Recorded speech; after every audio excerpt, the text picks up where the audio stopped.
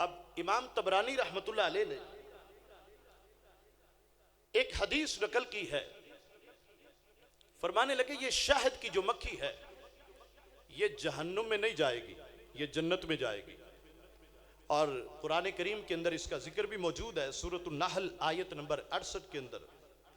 अब दुनिया के अंदर और भी बेशुमार कीड़े मकोड़े मौजूद है, मच्छर का जिक्र किया बतौर मिसाल, मगर शहद की मक्खी का जो है बड़ी खासियत के साथ जिक्र किया।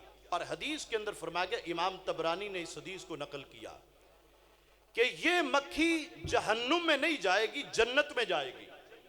वजह क्या है? इसने जो शहद बनाया था ये नस्ल इंसानियत के काम आया और इससे शिफा मिली। अब वो नफा जो वक्ती तौर पर है, फानी है, कुछ वक्त के लिए है, अल्लाह ने उसे ये मकाम अता किया कि इसका जिक्र भी कुरान के अंदर आया और जहन्नम से इसे बरी कर दिया, महफूज कर दिया। कुछ वक्त के लिए फायदा दिया नस्ल इंसानियत को, अल्लाह ने इतनी इज्जत अता कर दी। फिर उस आलिम दीन की अजमत का अंदाजा कोई कर सकता है कि जिसने कुरान ही पढ़ा था और पकड़ा कि मैं इस कुरान को पढ़कर नबी की ताजीम सिखाऊं, इस कुरान को पढ़कर सहाबा का प्यार सिखाऊं, इस कुरान को पढ़कर आने वाली नस्लों के अंदर मैं रसूलुल्लाह सल्लल्लाहु अलैहि वसल्लम की मोहब्बत को उजागर करूं। यही वजह है कि एक तरफ सारी सारी रात इबादत करने वाला है, अल्लाह उसे वो मकाम अता नहीं करता जो आलिम दीन को हालत नींद के अंदर भी अता फरमाता है। मेरे आका अलैहिस्सलातु वस्सलाम ने फरमाया, आलिम और आबिद का जिक्र किया गया। सरकार ने फरमाया कि आलिम की आबिद पर, यानी वो सारी सारी रात इबादत करे, अगर उसे उसके कदम भी सूझ जाएं कयाम कर करके, और एक तरफ आलिम सोया हुआ है, उसकी नींद अफजल है, आलिम अफजल है। क्यों?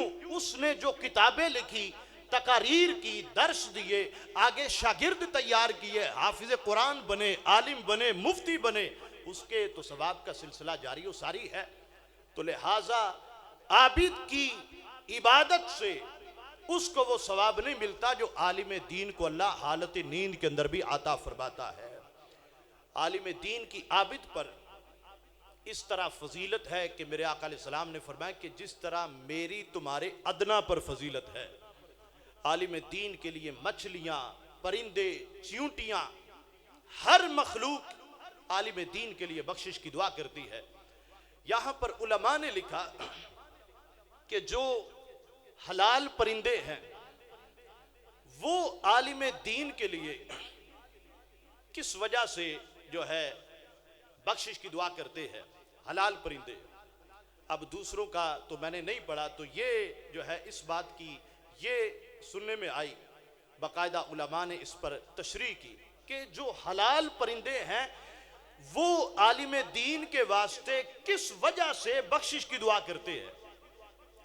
तो फरमाया कि जो हलाल परिंदा था या हलाल जानवर था, उसके हलाल होने का लोगों को किसने बताया? एक आलिम दीन ने बताया कि ये परिंदा तुम्हारे लिए हलाल है, ये हराम है, ये जानवर तुम्हारे लिए हलाल है, ये हराम है। और लोगों को किसने बताया? एक आलिम दीन ने बताया। तो जब परिंदे के हलाल होने का जिक्र एक आलिम दीन ने किया तो उस परिंदे ने यह तकाजा किया कि जब मेरे गले पर छुरी चले तो मेरा सबसे पहला हक यह है कि मेरे हलक पे अल्लाह का नाम लिया जाए, मेरे हलक पर अल्लाह का नाम लिया जाए। और जब छुरी चलती है तो अल्लाह का नाम लिया जाता है। तो यह किसने बताया? आलिम दीन ने बताया। और यही वजह है कि वो हलाल परिंदे भी आलिम दीन के लिए बख्शिश की दुआ करते रहते हैं।